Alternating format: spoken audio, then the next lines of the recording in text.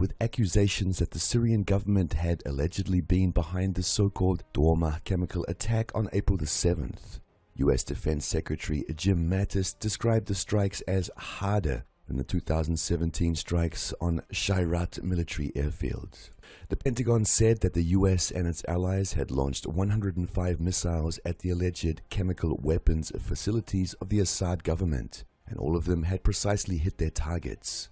The attack involved the following means and launches. The USS Monterey CG-61 fired 30 Tomahawk cruise missiles from the Red Sea. The USS Laboon DDG-58 fired 7 Tomahawk cruise missiles from the Red Sea. The USS Higgins DDG-76 fired 23 Tomahawk cruise missiles from the Persian Gulf. The USS John Warner SSN-785 fired 6 Tomahawk cruise missiles from the Mediterranean. The French frigate Languedoc fired 3 Storm Shadow Scalp EG cruise missiles from the Mediterranean. B-1B strategic bombers fired 19 AGM-158 JASSM air-launched cruise missiles. British Typhoon and Tornado fighter jets fired 8 Storm Shadow Scalp EG air-launched cruise missiles. French Rafale and Mirage fired 9 Storm Shadow Scalp EG air-launched cruise missiles. According to the Pentagon, 76 missiles hit Balzar Research and Development Center. 22 missiles hit Himshin-Shah Chemicals Weapon Storage Site. 7 missiles hit Himshin-Shah CW Bunker. However, during the official briefing, the Pentagon rejected to provide any evidence confirming the allegations against the Assad government, as well as hardly explained why there was no dispersal of chemical agent clouds if the chemical weapons facilities had been hit. Another issue raised by experts is why there was the need to use 76 missiles to destroy 3 buildings in Balzar.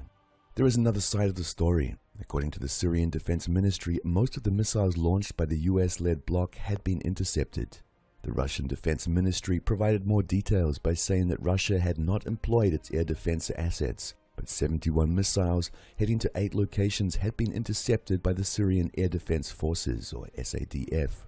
The Russians added that Moscow will also consider deliveries of S-300 air defense systems to Syria and other countries in response to the US actions. However, the numbers provided by Russia raise serious questions. Some experts contacted by South Front said that even theoretically, the SADF had not been capable to shoot down more than 15 to 20% of the launched missiles. The SADF just does not have enough means and measures to intercept such a number of missiles simultaneously in one striking wave. The experts suggested that the Russian military had possibly used its state-of-the-art electronic warfare systems to counter the launched missiles during their final phase of flight path.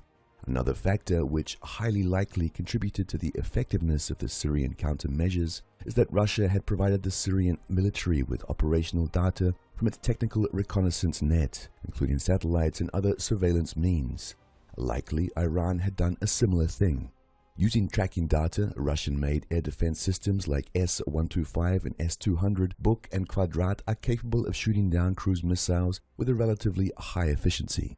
The 71 intercepted missiles and 103 launched are a decisive failure for the US and its allies.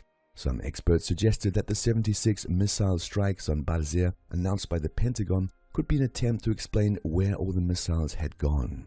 If the data provided by the Russian Defense Ministry is confirmed, this will be the first time in their history when some side was able to repel a massive strike of the so-called modern high-precision